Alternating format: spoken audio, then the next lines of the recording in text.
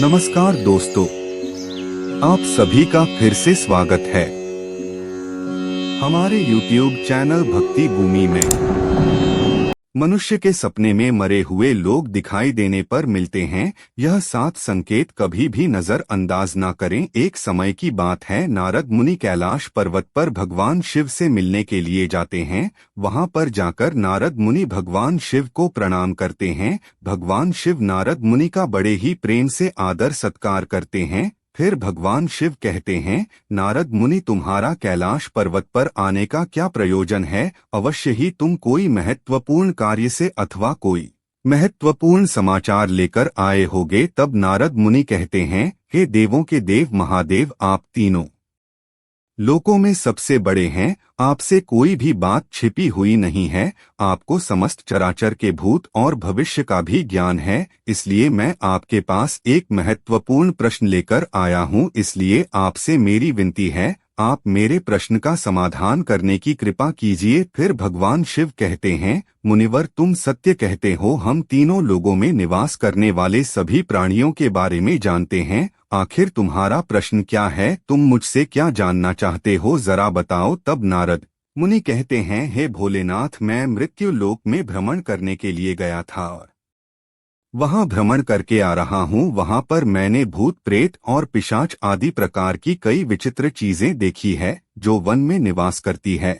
और इसके साथ ही मैंने देखा कि सभी दुष्ट शक्तियां मनुष्यों को परेशान करती रहती है, उन्हें हमेशा दुख देती है। इसका क्या कारण है? और यह सभी बुरी शक्तियां मनुष्यों को क्यों परेशान करती रहती है? तथा मेरे मन में एक अन्य प्रश्न और उठ रहा है कि मनुष्य कई बार सपने में अपने पूर्वजों को देखता है, तो इसका क्या अर्थ होता है? सपने में मरे हुए लोग दिखाई देने का क्या मतलब है? इससे मनुष्य को कौन से संकेत मिलते हैं? हे भोलेनाथ, मैं समस्त मनुष्य जाति के कल्याण के लिए इन प्रश्नों के उत्तर जानने के लिए ही आपके पास आया हूँ। नारद मुनि के प्रश्न सुनकर भगवान शिव कहते हैं, हे मुनिवर, तुमने समस्त मानव जाति के कल्याण के लिए उचित ही प्रश्न किए हैं। मैं तुम्हें तुम्हारे इन प्रश्नों के उत्तर अवश्य दूंगा, परंतु उससे पहले मैं तुम्हें एक पवित्र कथा सुनाता हूँ। इस कथा में तुम्हें तुम्हारे इन प्रश्नों के उत्तर मिल जाएंगे। तुम इस कथा को बड़े ही ध्यान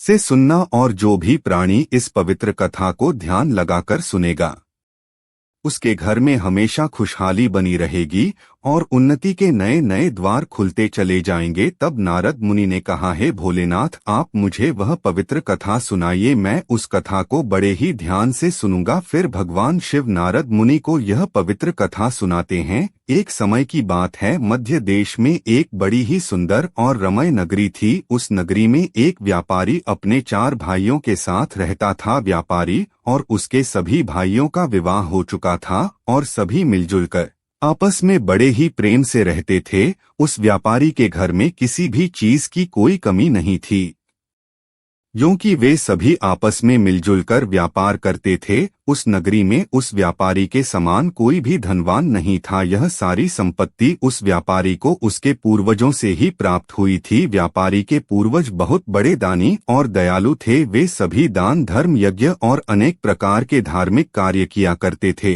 परंतु वह व्यापारी बहुत बड़ा कंजूस स्वभाव का था और उसके अंदर उसके पूर्वजों के लक्षण बिल्कुल भी नहीं थे। उस व्यापारी के जीवन में उसने ना तो कभी दान धर्म किया, ना कभी यज्ञ करवाया और ना कभी धार्मिक कार्य करवाया। व्यापारी ने उसके जीवन में धन तो बहुत इकट्ठा किया, परंतु उसने उस धन का कभी सदुपयोग नहीं किया। व्यापारी ने अपने द्वार पर आए हुए याचक को भी कभी फूटी कौड़ी तक नहीं दी और न कभी भूखों को भोजन कराया। वहीं व्यापारी के पूर्वज भूखों को भोजन कराया करते थे और निर्वस्त्र को वस्त्र दान करते थे और गरीबों की कई प्रकार से सेवा किया करते थे।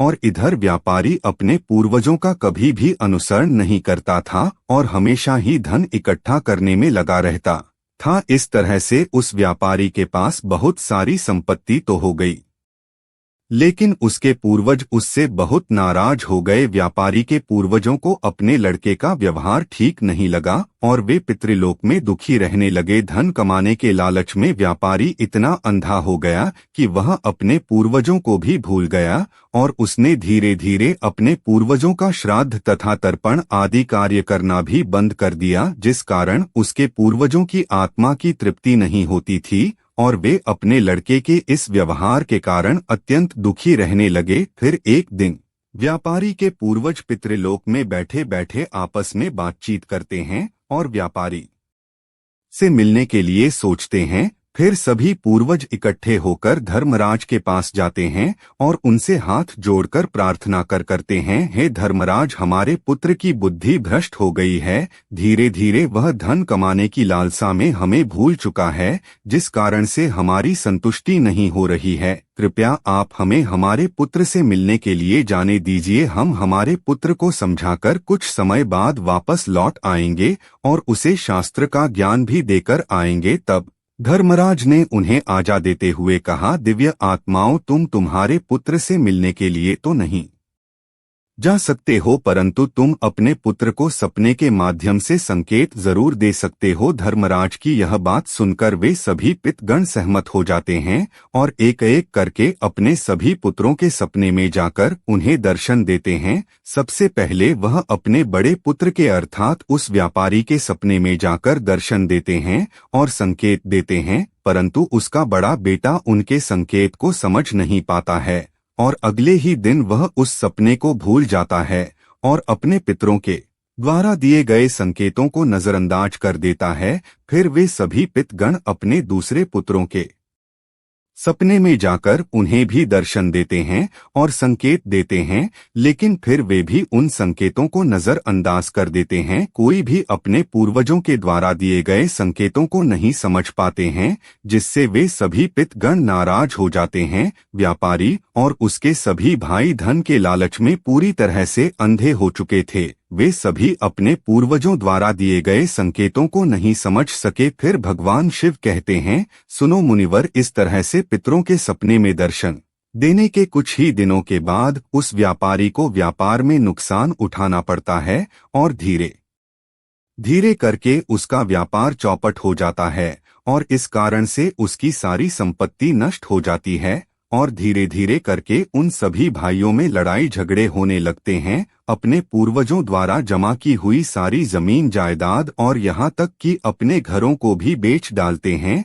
और पूरी तरह से वे सभी बर्बाद हो जाते हैं और सभी भाई अलग अलग हो जाते हैं और अपना अपना पालन पोषण करने में लग जाते हैं। और उधर स्वर्ग लोक में पितरों को अपने पुत्रों की ऐसी दुर्गति देखकर बहुत कष्ट होने लगता है। यह दृश्य देखकर वे सभी पितृगण बहुत ही दुखी और उदास हो जाते हैं। फिर से वे सभी धर्मराज के पास जाते हैं और कहने लगते हैं, हे धर्मराज, हमसे हमारे पुत्रों की ऐसी दुर्गति नहीं देखी जाती है। हमारे द्वारा किए गए सभी पुण्य कर्मों को हमारे पुत्रों से नष्ट कर डाला है। कृपया आप कुछ ऐसा उपाय कीजिए जिससे हमारे पुत्रों को उनकी भूल का पता चल जाए। भगवान शिव कहते हैं, सुनो मुनिवर। फिर धर्मराज उन पितरों से कहते हैं, हे दिव्य आत्माओं, तुम्हारी इस व्यथा को मैं अच्छी तरह से समझता हूँ, इसलिए मैं तुम्हारी अवश्य ही सहायता करूंगा। फिर धर्मराज एक ब्राह्मण का रूप धारण करके पृथ्वी लोक पर आते हैं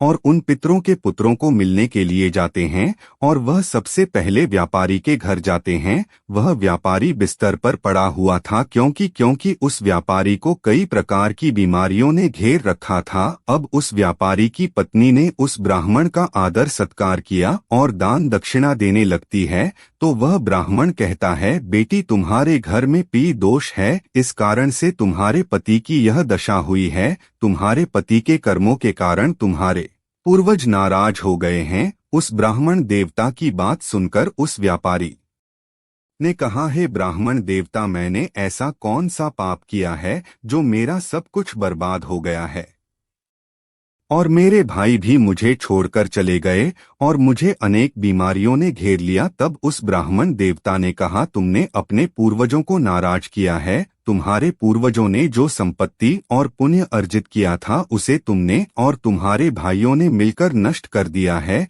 जिस कारण से तुम्हारी और तुम्हारे भाइयों की ऐसी दुर्दशा हुई है। तुम्हारे पूर्वजों ने तुम्हें और तुम्हारे भाइयों के सपने में आकर कई महत्वपूर्ण संकेत दिए हैं, परंतु तुमने उन संकेतों को नजरअंदाज कर दिया और अपने पूर्वजों को अपमानित किया है। यही कारण है कि तुम्हारा सारा धन और वैभव नष्ट हो चुका है। इस प्रकार उस ब्राह्मण देवता के बताने पर उस व्यापारी को सब कुछ पता चल जाता है और उसे याद आता है कि उसको भी सपने में उसके पूर्वजों ने दर्शन दिए थे। वह व्यापारी उस ब्राह्मण से कहता है, हे ब्राह्मण देवता, आप सत्य कह रहे हैं। हमारे पूर्वजों ने हमें अपने में दर्शन अवश्य दिए थे, किंतु हम उनके द्वारा दिए गए संकेतों को समझ नहीं पाए। आप कृपा करके मुझे सपने में पूर्वजों को देखने पर क्या संकेत मिलते हैं, इस बारे में बताने का कष्ट करें। भगवान शिव कहते हैं, सुनो मुनिवर। इस प्रकार फिर वह ब्राह्मण देवता कहता है, हे पुत्र, अब तुम ध्यान से सुनो। मैं तुम्हें सपने में पूर्वज दिखाई देने पर मिलने वाले संकेतों के बारे में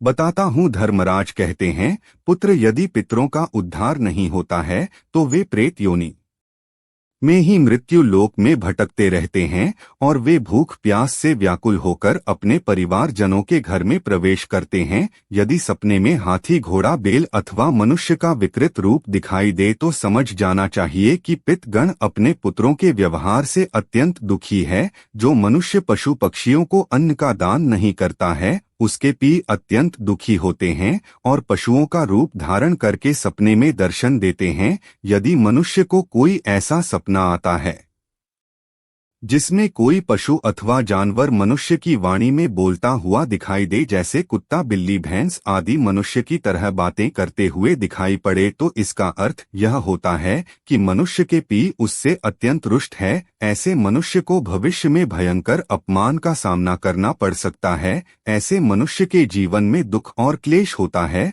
उसके भाई बंधु पशुओं की भांति आपस में ही युद्ध करने लगते हैं। धर्मराज कुछ मांगते हुए दिखाई देते हैं तो उस सपने को मनुष्य को कभी भी नजरअंदाज नहीं करना चाहिए। इस सपने का अर्थ यह होता है कि उस मनुष्य के पूर्वज असंतुष्ट है और उनकी पी लोक में तृप्ति नहीं हो रही है। जिस मनुष्य को सपने में उसके मृत पूर्वज कुछ मांगते हुए दिखाई पड़ते हैं तो उस मनुष्य का सारा अन्न भंडार धीरे धीरे करके समाप्त हो जाता है और वह दरिद्रता में पड़ जाता है तथा उसकी हालत एक भिखारी के समान हो जाती है। इसलिए उस मनुष्य को चाहिए कि तुरंत ही अन्न का दान करना चाहिए, जिससे उसके मृत पूर्वज संतुष्ट हो सके। यदि सपने में अपने कोई पूर्वज क्रोधित अवस्था में दिखाई देते हैं तो उस मनुष्य के पूर्वज उसके कार्यों से संतुष्ट नहीं है और वह मनुष्य जो भी काम धंधा करता है उसमें उसको नुकसान उठाना पड़ेगा है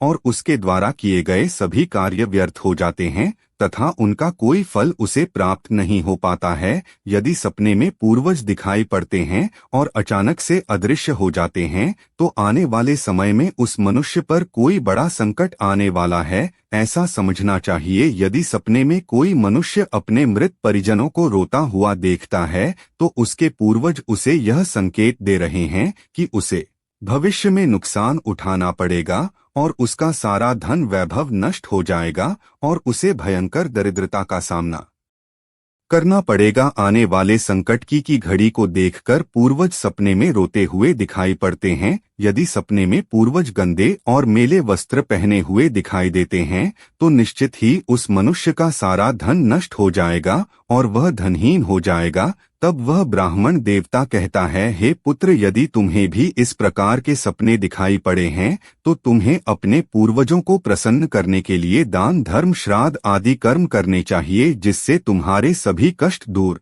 होंगे। उस ब्राह्मण की बात सुनकर उस व्यापारी को अपनी गलती का एहसास हो जाता है और वह तुरंत ही अपने भाइयों के पास जाता है और उन्हें ब्राह्मण देवता के द्वारा बताई गई बात बता देता है। फिर सभी भाइयों को समझ में आ जाता है कि उनके पूर्वज उन्हें सपने में आकर संकेत दे रहे थे। फिर वे सभी भाई मिलकर नदी के तट पर जाते हैं और अपने पूर्वजों के लिए श्राद्ध, तर्पण, दान, दक्षिणा आदि कार्य करते हैं और अपने पितरों को संतुष्ट करते हैं। फिर एक दिन उनके पूर्वज उनके सपने में आकर उन्हें दर्शन देते हैं और उन्हें नाना प्रकार के संकेत देते हैं। भगवान शिव कहते हैं, हे मुनिवर, जब मनुष्य के पूर्वज संतुष्ट हो जाते हैं तब मनुष्य को अनेक प्रकार के संकेत प्राप्त होते हैं। यदि सपने में मृत परिजन अपने या अपने परिवार वाले के सिर पर हाथ फेरते दिखाई देते हैं तो इस सपने का अर्थ यह है कि उसके पूर्वज बहुत ही प्रसन्न है और पूर्वज यह संकेत दे रहे हैं कि उस मनुष्य के जीवन में बहुत ही अच्छा समय आने वाला है। यदि पूर्वज मनुष्य की ओर हाथ बढ़ाते हुए दिखाई देते हैं तो पूर्वज यह संकेत दे रहे हैं कि मनुष्य जो भी काम कर रहा है उसे उस कार्य में सफलता जरूर मिलेगी। यदि सपने में पूर्वज स्वस्थ दिखाई देते हैं और उनके मुख पर तेज दिखाई देता है और उनके वस्त्र चमकीले और सफेद रंग के होते हैं तो उन पितरों को मुक्ति मिल चुकी है, ऐसा समझना चाहिए। अगर सपने में पूर्वज दूर आकाश में बादलों में बैठे हुए दिखाई देते हैं तो यह शुभ संकेत है। मनुष्य के पूर्वज अति प्रसन्न है और उसे आशीर्वाद दे रहे हैं। इस प्रकार से उन सभी भाइयों को पूर्वजों के द्वारा शुभ संकेत प्राप्त होते हैं और उनका खोया हुआ सारा धन संपत्ति उन्हें धीरे धीरे वापस मिल जाती है और सभी भाई मिलजुल कर एक साथ रहने लगते हैं और सुखपूर्वक अपना जीवन व्यतीत करते हैं। भगवान शिव कहते हैं, हे मुनिवर, जिस घर के पूर्वज खुश रहते हैं उस घर में सुख संपत्ति और खुशहाली होती है और जिस घर के पूर्वज दुखी रहते हैं तो उस घर के मनुष्य कई समस्याओं से घिरे होते हैं। उम्मीद करते हैं कि आपको इस वीडियो से कुछ नया जरूर सीखने को मिला होगा। आपको वीडियो कैसी लगी हमें कमेंट बॉक्स में जरूर बताएं। अगर वीडियो के दौरान मुझसे कोई गलती हो गई हो तो मैं माफी चाहता हूँ। दोस्तों, मिलते हैं एक नई वीडियो में नई जानकारी के साथ। धन्यवाद।